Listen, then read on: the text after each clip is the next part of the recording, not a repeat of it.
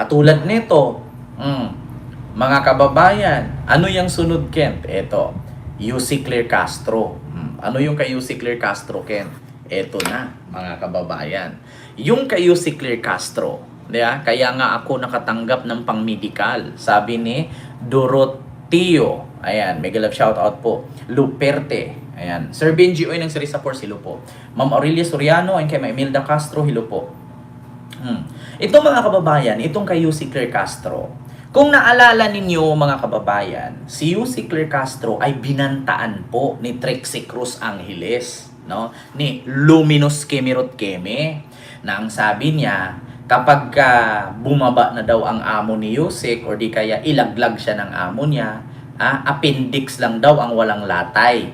Ngayon mga kababayan, sabi nga ni UC Claire Castro, kung sakali man hindi ka kasali sa usapan or sakali man may kaaway ka, nagmurahan kayo, hindi yun masasabing threat. Kasi bakit? Or nakapagsabi ka doon na papatayin kita kasi on the spot na away yun eh. Yeah, hindi yun masasabing threat kasi magkaharap naman kayo. Papatayin kita, putang ina ka. Yung ganyan-ganyan. Hindi yun magiging threat.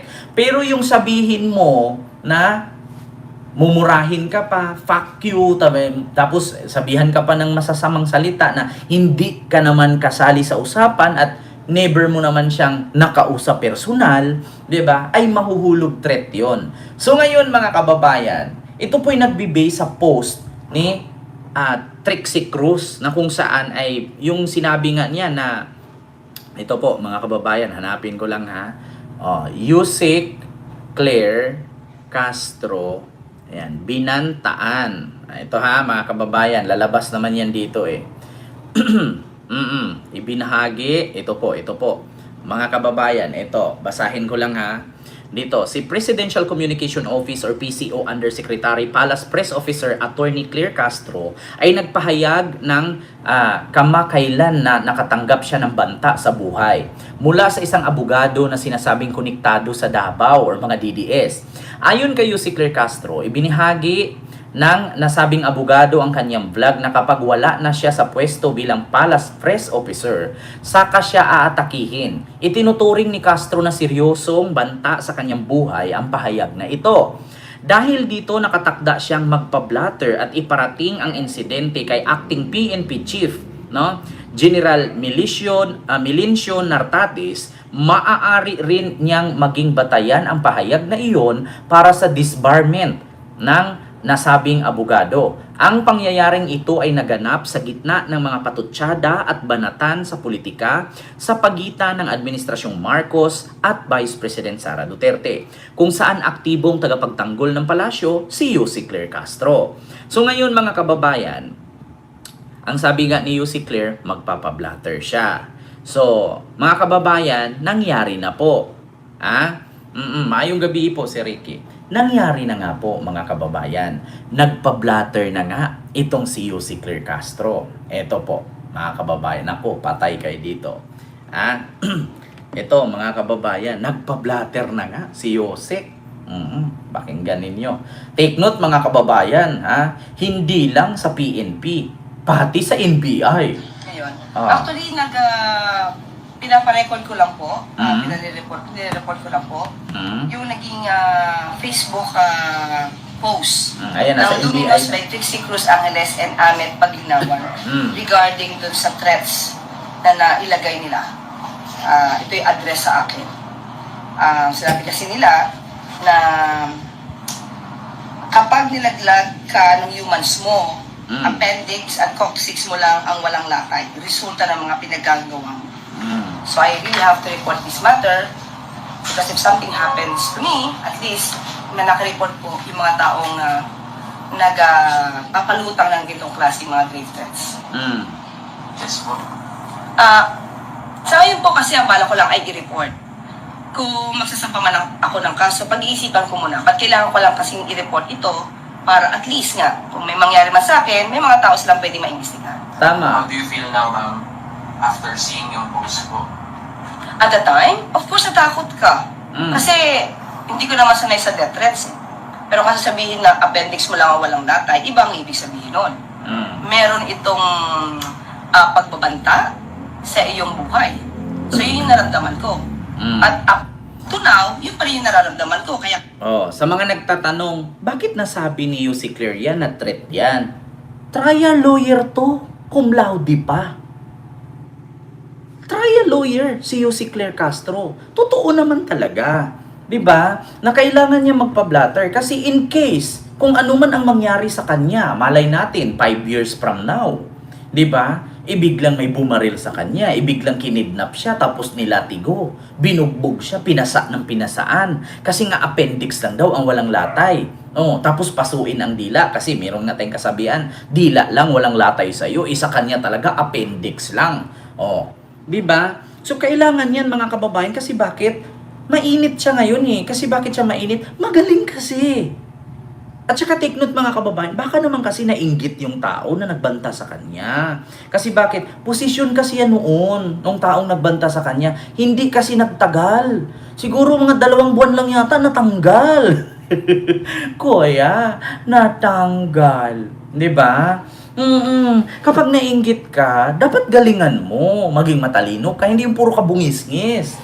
Diba? Puro kasi kabungis-ngisan lang ang ginagawa. Baka naman kasi nainggit. Kasi biruin mo ba naman, si UC Claire Castro, magaling talaga. Biruin mo, katagal-tagal na ni UC Claire. Tandaan ninyo, hindi pa nakulong si Digong. PCO na yan, undersecretary. Ngayon, mamamatay na lang si Digong. Natapos na ang 2025. Tapos mai-impeach na si Sara. Si UC Claire pa rin ang tagapagsalita. Kaya naman, sino ba namang hindi mainggit niyan? Talagang magbabanta ka, putang ina mo.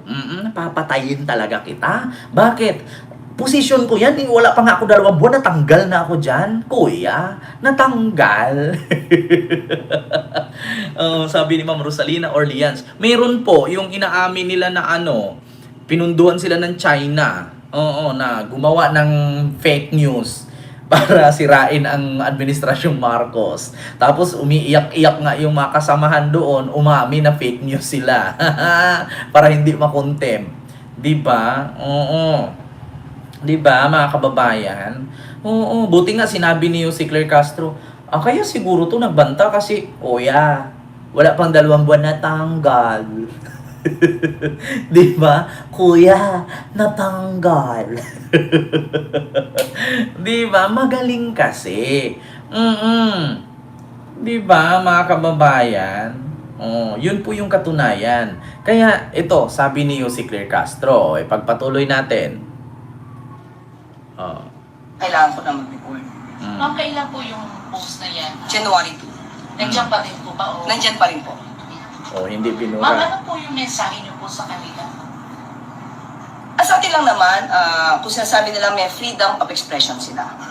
Lahat naman tayo dito ay dapat na ma-exercise ang ating freedom of expression. Tama. At hindi kinakailangan na kung ikaw man ay nag-o-oppose sa sinabi ng isang tao, ikaw ay magbabanta na sa buhay niya. Diba? Hindi na Hindi freedom po of nadadaan expression yun. ang anumang diskurso sa pagbabanta sa buhay. Yung pagiging violente. Tama. Huwag nilang gayahin ang mga idolo nila. Prior to this post, meron po bang may previous na post towards you? Wala akong napansin. Ito lang kasi yung nakita ko. Kung meron man before, hahalungkatin ko. Personally, ang kakilala ko lang naman ay si Atty. Trixie Angeles. Patay. Pero yung certain Ahmed, hindi ko siya kilala personally. At nagkataon lang, inaako naman yata nitong si Ahmed pagdinawan yung kanyang post, but it happens kasi na itong Facebook account ay sa kanila pareho nakapangalan. So, I really have to report on this. Anong background? When I made this chucky remark, Chucky remark. Oo. and then ito, sila yung nag-threaten sa akin. Diba? Sinabihan mo lang kapag nagalit si Sarah, kamukha ni Chucky. Bakit iba ang nagagalit? Alam nyo, ito advice ko sa inyo. Ang mga politiko, dumadaan lang yan sa posisyon. Hindi nyo ba tinatandaan yung sinabi ni Digong? Ang mga politician, dumadaan lang yan. Hindi yan nagtatagal. So, wag masyadong panatiko. Wag masyadong gawing santo. Kung sumuporta ka sa isang politiko, hindi, doon lang, bigyan mo ng limitasyon. Diba? Hindi yung sa sobrang suporta mo, yung karton kakausapin mo, baliw ka na nun. Di ba? Oo. Pag sumuporta ka sa isang politiko, lagyan mo ng limitasyon, lagyan mo ng boundaries. Di ba? Kung mahal mo si Digong, yes, mahal ko si Digong because he served as a president for almost 6 years in this country. So that's the reason why I love him. And then I hate that why our previous president right now is accepting that the facts that, di ba, may mga ganyan-ganyan. And then, what happens to our previous president is being jailed right now in the ICC detention center at the Netherlands. Di ba? Ganon-ganon. Kaya yung pagiging panatiko natin sa isang politiko, lagyan natin ng boundaries. Lagyan natin ng limitasyon. Hindi porkit nakita mo na sinabi ni Ken, putang ina si Digong, mukhang puwet ng manok ang ilong. Di ba? Magagalit ka na, tapos sabihin mo, putang ina mo ka, papatayin kita. O, hindi nakasuhan ka ngayon. Lagyan yung boundaries. Yeah? Lagyan nyo ng limitation. Kasi bakit? Hindi habang buhay si Digong buhay dyan, mamamatay din yan. Biruin mo ba naman 30 years? Do you think Digong can survive for almost 30 years there inside the ICC detention center? No, you're wrong. Diba? Uuwi siyang curtain. Uuwi siyang abo. In English term, bring his urn. Yun po dapat. Hindi bring him home. Bring his urn. Diba? Huwag masyadong sobra ang panatiko. Si Digong tao, demonyo siya, nagmumura sa Diyos. Huwag mong gawing santo. Kasi ever since, walang santo na demonyo. Si Lucifer lang. Diba? Kaya, kung meron man kayong kagalit sa isang tao, Diyos ko, lagyan mo limitasyon. Huwag mong ibaba ang level mo. Yeah? May katungkulan ka, may posisyon ka sa buhay, abogado ka, teacher ka, pulis ka, tapos magpadala ka. Di ba? Magpadala ka sa emosyon. Yung pinag-aralan mo for how many years, yung sinakripisyo mo for how many months to take your position or your rango. Tapos sasabihin mo, babawiin mo yung suporta mo kay PBBM kasi mas naniniwala ka kay Digong. Di paano yung pagretiro mo? Ano na yung mga benepisyong makuha mo? Bablanko lahat yun. Mawawala yun. Dahil pinagpalit mo, dapat lagyan mo limitation. Lagyan mo ng boundaries. Kasi kapag ikaw ay nag-overlaps, or below the belt, it can damage your skin. Kaya nga sabi ni Belo, only Belo can touch my skin. Who touches yours? Huwag masyadong magbilad sa initan. Kasi pag nasubrahan ka sa bilad, magkaroon ka ng sunburn. Sunburn.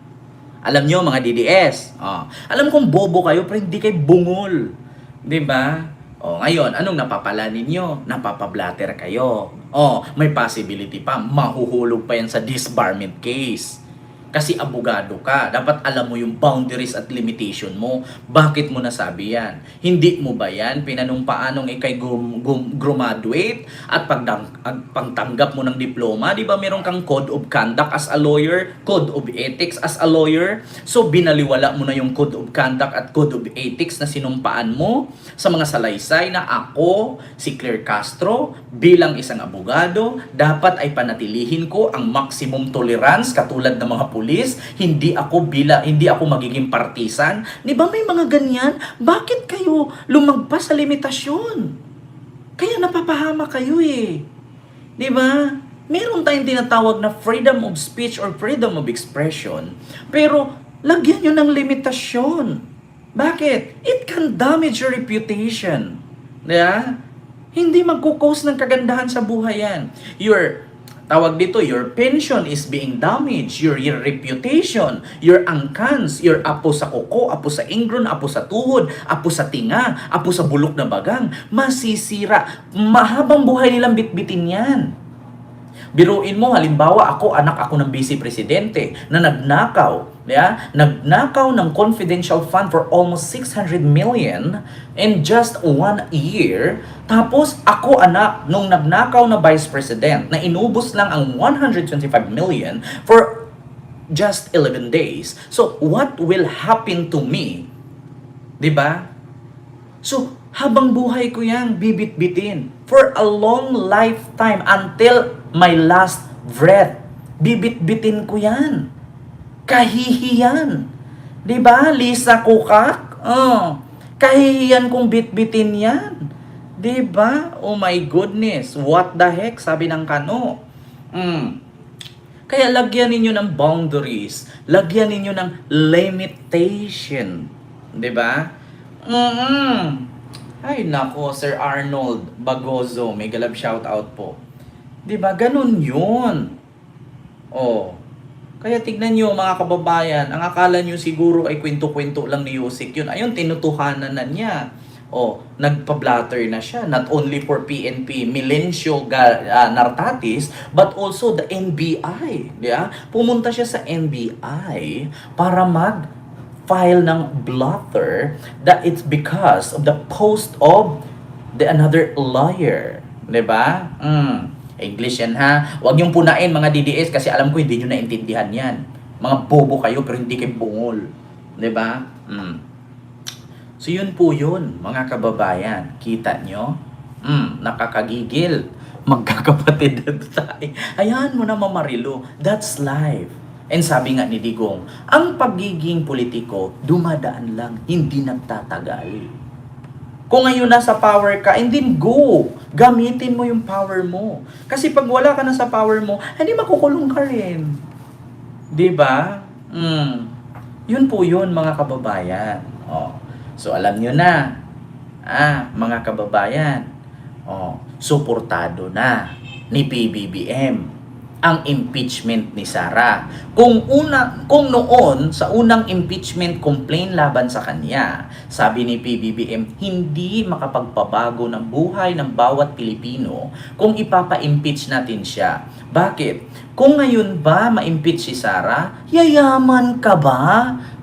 Di ba hindi? Yan dapat ang iniisip ng mga DDS. Si Digong ba, pag napauwi din yung magbago ba ang buhay mo? Di ba manatili ka pa rin pangit, pango, inutil, uto-uto, manyakis, patay gutom, mahirap?